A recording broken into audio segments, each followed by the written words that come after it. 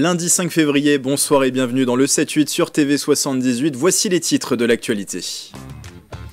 L'Île-de-France reprend la gestion de l'île de loisirs de Saint-Quentin en Yvelines. La présidente de la région, Valérie Pécresse, a dévoilé aujourd'hui son plan pour, je cite, sauver le site. Elle remet en cause également le choix du conseil départemental de se désengager du syndicat de gestion de la base. C'est une obligation depuis le 1er janvier, les collectivités doivent apporter à leurs habitants une solution pour trier leurs biodéchets. Une habitude déjà bien ancrée à Saint-Quentin en Yvelines où des composteurs individuels sont distribués aux habitants depuis 2019. Reportage. De grandes ambitions pour 2024, le Vélo Club d'Elancourt Saint-Quentin en Yvelines, Team Vousser vient de présenter son équipe féminine pour cette saison. Coupe de France, top 5, Jeux Olympiques et Paralympiques, les objectifs sont nombreux et prestigieux pour l'équipe cycliste. Et puis un match de basket à l'ambiance survoltée, des concours de dunk et des shows de cheerleaders. Non, vous n'êtes pas sur un campus américain, mais bien à Versailles. Ginette contre Hoche, c'est ce jeudi au gymnase Montboron. Et les élèves de prépa des lycées Sainte-Geneviève et Hoche vont s'affronter pour la 18e fois. Sainte-Geneviève mène 15-2 au bilan des confrontations. On en parle dans les invités du 7-8 en deuxième partie d'émission.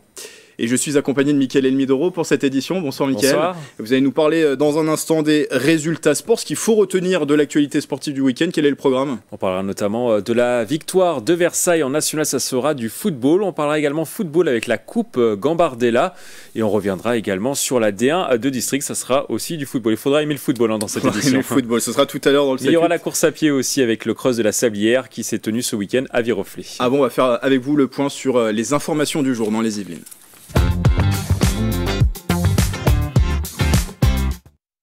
Et on commence avec ce geste qui a permis sans doute de sauver la vie de nombreuses personnes. Celui donc de la personne qui a maîtrisé l'auteur de l'attaque au couteau samedi à la gare de Lyon. Il s'agit d'un agent de sécurité embauché par une entreprise yvelinoise. Oui Grégory, celui qui a réussi à neutraliser et désarmer l'assaillant, c'est lui, Abderrahmane Cissé. Cet agent de sécurité de 45 ans est employé par la société ESP Sécurité basée à Montigny-le-Bretonneux.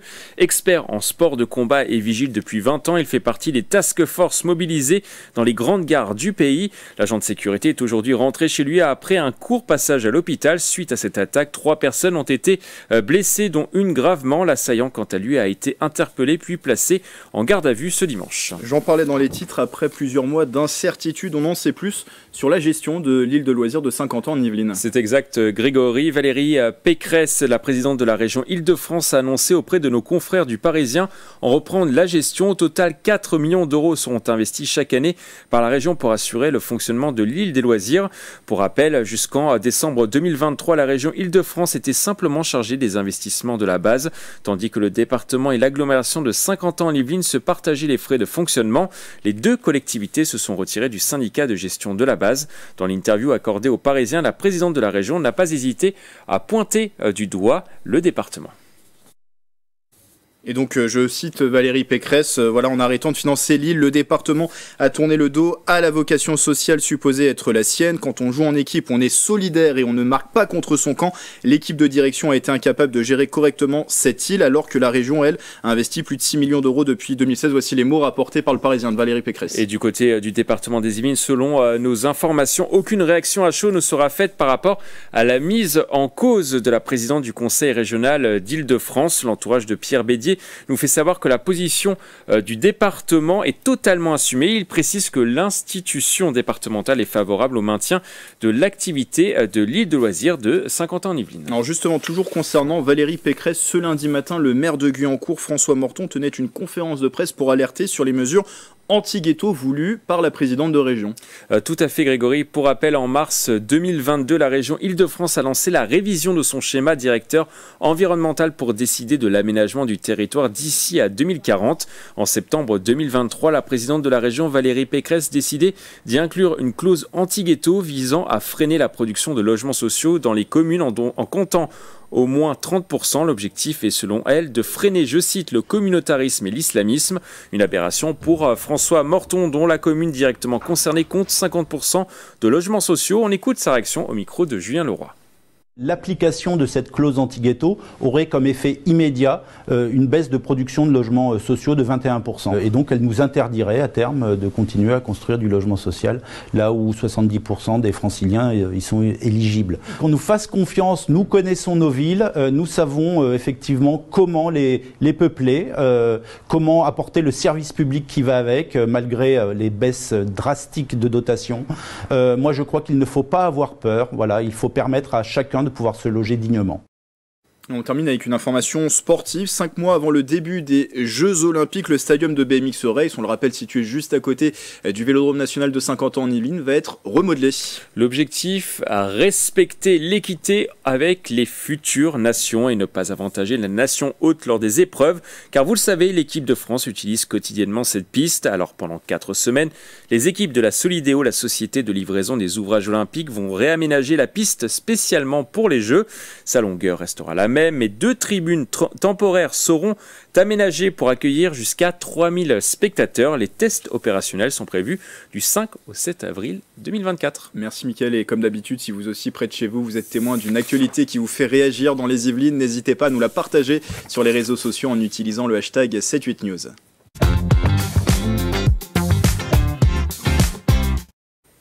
Apporter aux habitants une solution pour trier leurs biodéchets, c'est une obligation pour les collectivités depuis le 1er janvier dernier. À Saint-Quentin-en-Yvelines, l'agglomération propose des séances de distribution de composteurs individuels. Il y a quelques jours, par exemple, une vingtaine de participants a pu profiter de conseils d'experts avant de repartir avec un précieux kit. Le reportage de Julien Leroy. Ça va prendre peut-être un peu plus de temps.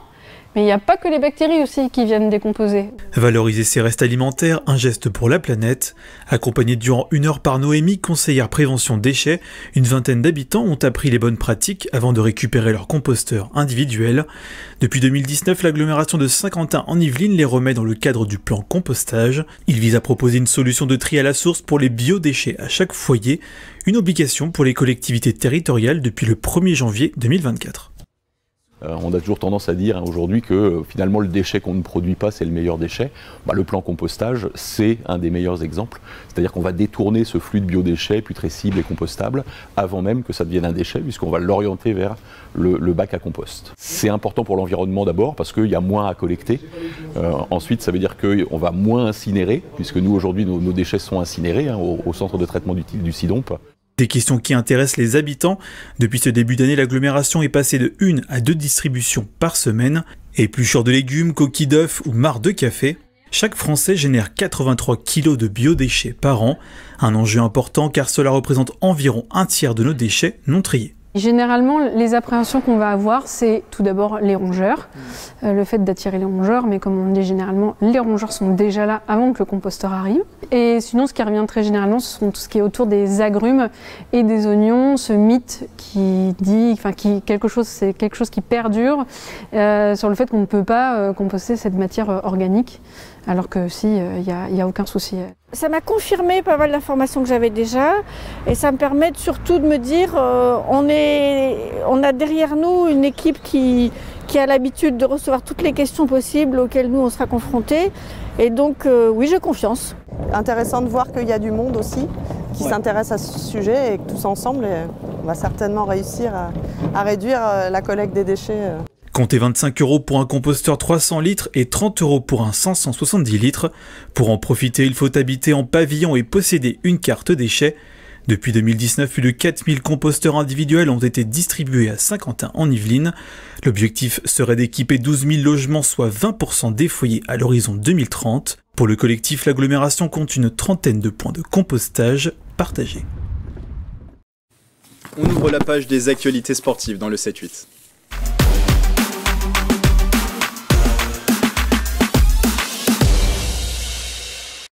Avec Mickaël Elmidoro toujours installé en plateau, et on commence par du cyclisme. On est très bien sur ce plateau. On est très bien. Alors pour le lancement de la saison, le Vélo Club Elancourt Saint-Quentin-en-Yvelines, Team Wousser présentait son équipe féminine 2024. L'objectif cette année, les manches de Coupe de France, un top 5 en National 2, et pour certaines d'entre elles, les Jeux Olympiques. Un reportage de Gabriel Gontier et Mathilde Francou. Une saison avec de grandes ambitions. Le Vélo Club Élancourt Saint-Quentin en Yvelines présentait ce week-end sa type Vousser. Composé de 16 filles dont 12 recrues, le collectif de National 2 pourrait bien faire briller la France aux Jeux Olympiques et Paralympiques cette année. Le niveau est bien parce qu'on a Lara Lallemand qui a un niveau international. On a 4-5 jeunes filles qui ont un niveau national et d'autres niveau régional. Mais si ça peut bien se passer, je pense. Un sentiment que partage le parrain de l'équipe et champion du monde 2019, Quentin Lafargue. Ça a l'air d'être une belle équipe, en tout cas beaucoup d'ambition, qui s'est staffée, qui a l'air de plus en plus professionnelle. Cette année, l'année 1, commence avec beaucoup d'ambition dans le collectif, avec en tête d'affiche Lara Lallemand qui a montré de belles choses au niveau national sur les championnats de France piste, etc. et qui fera, j'imagine, un peu office de leader, qui va essayer de fédérer un peu tout le monde pour aller chercher des beaux résultats. Donc une belle équipe, un beau collectif et voilà, je leur souhaite tout le meilleur pour cette année. L'objectif de la saison, atteindre le top 5 du classement avec en ligne de mire la Nationale 1. Parmi les leaders de l'équipe pour accéder au haut niveau, la Versaillaise Lara Lallemand, tout juste 19 ans, qui espère bien voir briller l'équipe cette année. Moi je connais l'équipe et je sais que tout va bien se passer. On espère déjà réussir à monter plus haut que l'année dernière avec les problèmes qu'on a eus, mais je pense performer déjà sur les Coupes de France, faire des places, parce que c'est dans les 20 premières qu'on peut avoir des points, donc figurer dans les 20 premières places dans les Coupes de France. Prochain rendez-vous, la première épreuve de Coupe de France le 24 mars en Bretagne avec les boucles guégonaises. Et pour les pistards, d'un enjeu de taille à 172 jours des Jeux Olympiques et Paralympiques, certaines ont encore des chances de décrocher une place pour les Jeux. Un rendez-vous à domicile au Vélodrome national de Saint-Quentin en Yvelines. Et on continue par du football avec le championnat national. Versailles se reprend en national. Les joueurs de la Cité Royale se sont imposés à 2-1 sur la pelouse de Rouen. Les buteurs côté Versailles, Chris Kevin Nadje et Mehdi Balouch. Une victoire qui fait du bien aux Yvelinois. Ils se retrouvent à la 11e place du classement avec un bilan de 6 victoires, 6 nuls et 7 défaites depuis le début de la saison. Ils ne sont qu'à 5 petits points de la 4e place. Prochain match vendredi prochain à domicile contre Le Mans. Toujours en football, mais chez les jeunes, on jouait les 16e de finale de la Coupe Gambardella. Deux équipes yvelinoises étaient concernées par ce tour. Les U19 du FC Mantois se sont imposés 1-0 sur la pelouse du Havre à domicile. Une très belle performance des joueurs du nord du département. Dans l'autre rencontre, le match Ivry-Versailles n'a pas pu aller à son terme. Le match a été arrêté alors que les Versaillais menaient 2-0. La raison, l'arbitre a arrêté le match car il a été pris pour cible. Les Versaillais devraient sans doute gagner le match sur tapis vert. La commission de discipline de la Fédération française de football se saisira du dossier dans les prochaines heures. Encore du football, mais cette fois-ci dans le championnat de D1 District. Oui, en football, on jouait ce week-end la 12e journée du championnat de D1 de District. L'équipe 2 d'Ardricourt s'est imposée à 2-0 sur le terrain de Maurepas. Une défaite qui peut être lourde de conséquences pour les Morpasiens pour la suite du championnat. Le résumé du match. C'était le match de la peur ce dimanche 4 février au stade du Bout des Clos. L'équipe locale de Maurepas recevait Ardricourt, une autre équipe en difficulté dans le championnat de D1 de District. En première période, malgré une légère domination des Morpasiens, la partie est tachée et le score n'évoluera pas. Le score à la pause, 0-0. Nous, on avait un bloc bas. Eux, ils poussaient un peu sur nous. On avait de quoi faire la différence en première mi-temps, mais vu qu'on partait de très loin, c'était assez compliqué. On était un peu trop bas, on avait le ballon, mais c'était une possession assez stérile. On a manqué de mouvement devant et on ne s'est pas assez créé d'occasion. En seconde période, le rythme est plus rapide et c'est un pénalty qui va débloquer la situation. Le joueur d'Ardricourt ne tremble pas, 1-0. Maurepas tente de réagir, mais ce sont finalement les joueurs du nord du département des Yvelines qui font le break, 2-0. Ce sera le score final. On s'est un peu plus libéré parce que je pense que aussi l'équipe adverse voulait pousser pour marquer. Et on a su faire la différence. On a obtenu un penalty et puis ensuite on a marqué derrière dans la foulée. Ils ont mis plus d'impact, plus de densité au milieu de terrain et ils ont su concrétiser les actions qu'ils ont eues. Le très peu d'occasions qu'ils ont eues, ils les ont marquées. C'est le football, hein. C'est celui qui marque le plus de buts qui gagne. Et c'est comme ça. Hein. Au classement, Ardricourt respire et se retrouve à la 8e place du championnat. De son côté, Maurepas est avant-dernier après 12 matchs disputés. Le club qui est descendu l'année dernière de R3 espère ne pas connaître une deuxième descente consécutive. L'année dernière, je suis déjà descendu avec la R3. Là, redescendre, j'avoue... Non, j'ai pas envie. Hein. Personne n'a envie de descendre. Hein. Là, on va tout faire pour essayer de maintenir le club en D1. Les deux équipes joueront dès ce dimanche 11 février. Ardricourt recevra les Mureaux et Maurepas se déplacera sur la pelouse de Conflans 2. De la course à pied à présent, Mickaël. Ce dimanche était programmé le cross de la Sablière. 6 courses étaient au programme de cette 42e édition à Viroflay. Le cross court de 6 km a été gagné par le cadet Antoine Mito. A noter l'excellente performance d'Alan Brachet de l'USM Viroflay qui termine 2e. Le 11 km a quant à lui été remporté par le Kenyan Cornelius Kangongo, ancien vice-champion d'Afrique de cross-country. Au total, 1324 sportifs ont participé à cette édition, un record. Et on termine avec du tennis. Ce week-end, au comité de tennis de Feucherolles, la France a remporté la Winter Cup 2024 des moins de 16 ans féminines. Les Françaises se sont imposées en finale 2-1 face à la Turquie grâce à une victoire en double. L'Italie complète le podium. Les Italiennes ont remporté la 3e place face à la Croatie. Le comité de tennis de Feucherolles devrait accueillir à nouveau cette compétition internationale l'année prochaine. Bravo à nos Françaises qui ont remporté cette édition. Merci Mickaël. On va continuer de parler sport justement dans les invités du 7-8, mais juste avant, coup d'œil aux prévisions météo de demain.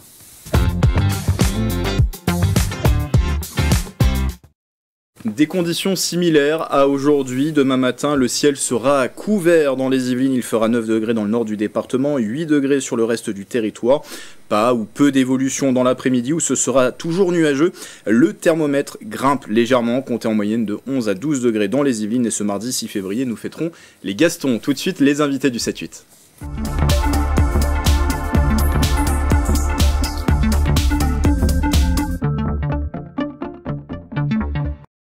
Un duel vieux de 18 ans, les élèves de prépa de 2 lycées versaillais qui se font face. D'un côté Sainte-Geneviève, dit Ginette, de l'autre Hoche. Pour enflammer la soirée, une ambiance survoltée et des shows dignes de campus américain universitaire. Le match Ginette-Hoche, c'est ce jeudi soir au gymnase Montboron à Versailles. Alors pour en parler en plateau, plusieurs invités nous ont rejoints. Déjà les capitaines des deux équipes. Alors sur la gauche, il y a Ilan Nengsu, bonsoir. Bonsoir. Et Gabi Laranduche, bonsoir. Bonsoir. Petit tour de table déjà avec vous.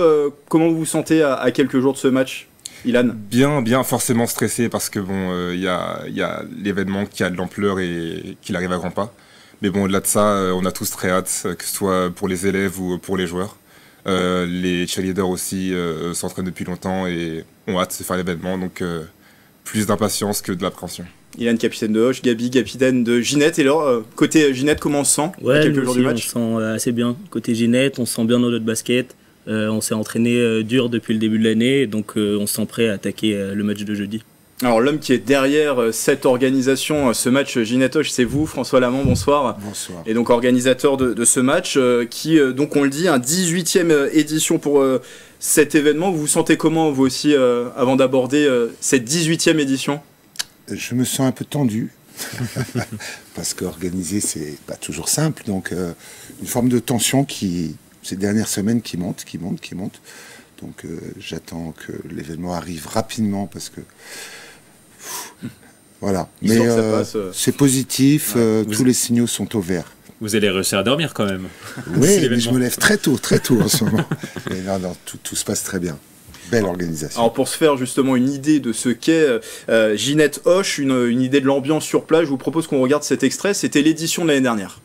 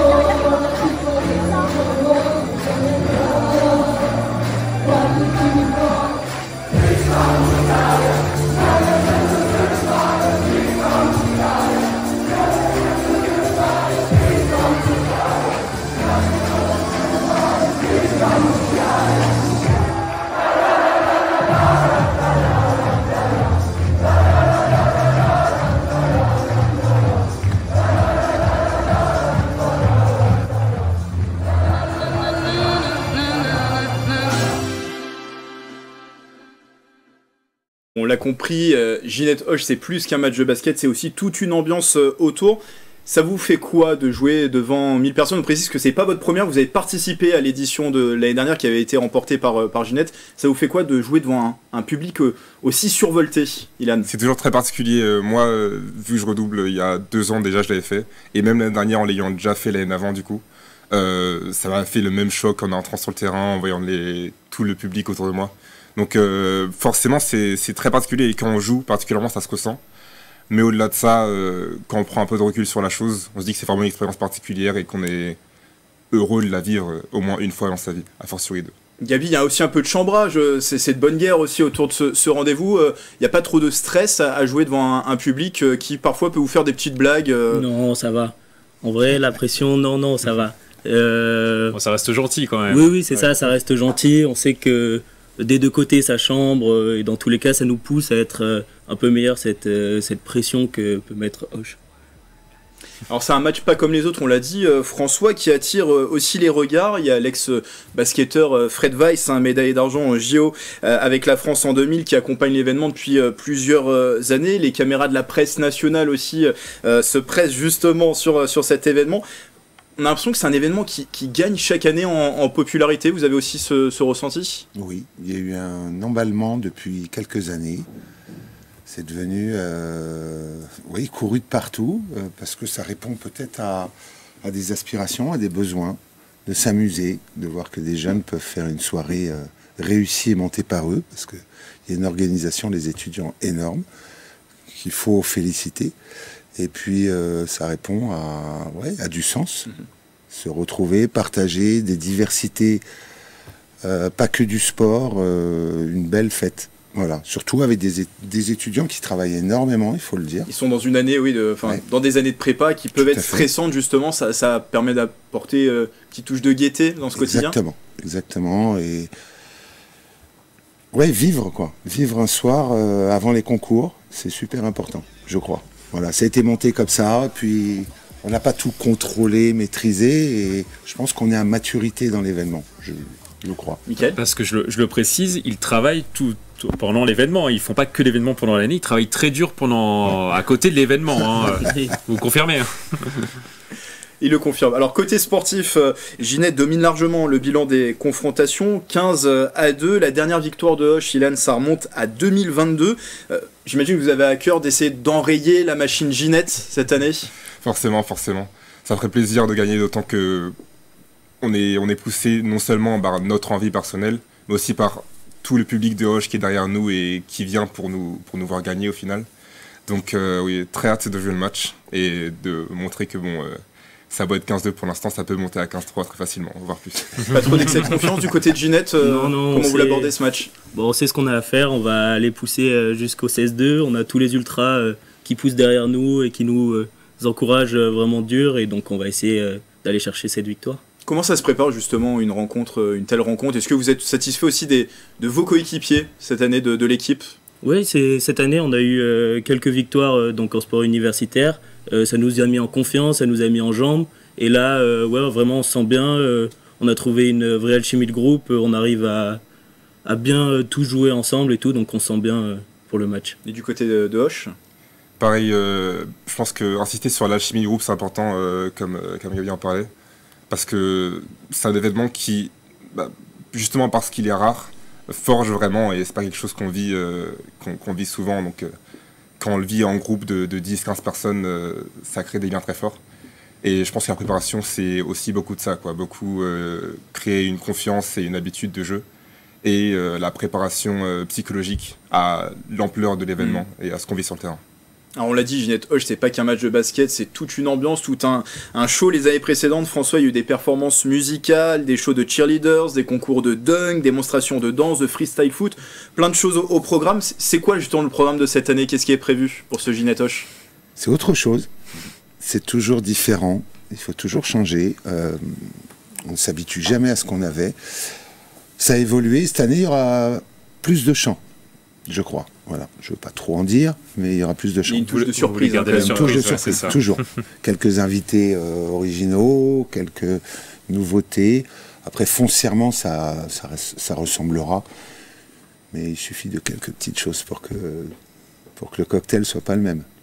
On va terminer avec un petit pronostic, ou vous préférez pas vous prononcer? J'imagine victoire de Hoche et victoire de Ginette pour les deux capitaines. Un petit pronostic cette année, François? Une super soirée. Une super soirée, c'est ce qu'on vous souhaite pour ce match Ginette-Hoche qui a donc lieu, je le rappelle, ce jeudi soir au gymnase Montboron de Versailles. Messieurs, alors ça c'est protocolaire, on va vous demander de vous serrer la main, oui voilà, pour la fin de cette édition, parce que voilà, c'est un match qui doit être bien sûr dans une ambiance survoltée sous le signe du fair play, mais en tout cas on vous souhaite une belle rencontre et merci à tous les trois d'être venus en parlant en plateau. On va revenir dessus la semaine prochaine. Ah oui, évidemment, oui, on y sera jeudi soir et on fera un gros reportage comme d'habitude et on verra qui va gagner à la fin du match. Un bon Ginette-Hoche. Merci encore d'avoir été avec nous. Merci également à Mickaël de m'avoir accompagné sur cette édition qui touche à sa fin. On se retrouve dès demain pour une nouvelle édition du 7-8 sur TV78. Très belle soirée.